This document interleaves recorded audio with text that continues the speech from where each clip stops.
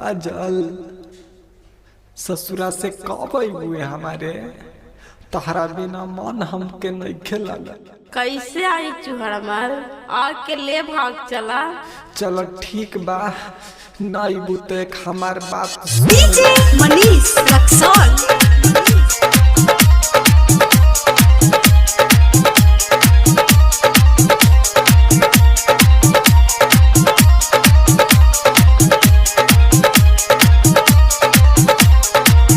कवनो बहाना करके अइहा तू नहीं हरवा रे जान। कवनो बहाना करके अइहा तू नहीं हरवा रे जान। अरे अइहा तू नहीं हरवा रे जान कि जान अइबना त भेजिहा देवर से जहरवा जान की जान अइबना तो भेजिहा देवर से जहरवा रे जान।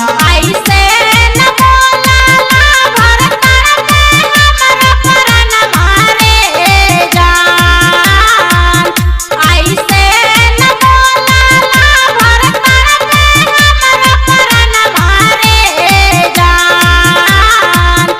अरे करके हमरा परन मारे जान की जान तोहर खातिर छोड़ देब दुनिया जहान मारे जान की जान तोहर खातिर छोड़ देब दुनिया जहान मारे जान।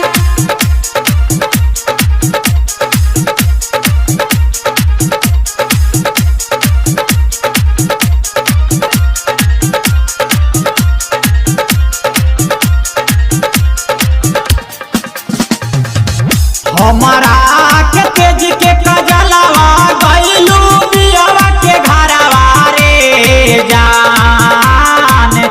हमारा के तेज के कजलवा गइलू बियावा के घरवा रे जान।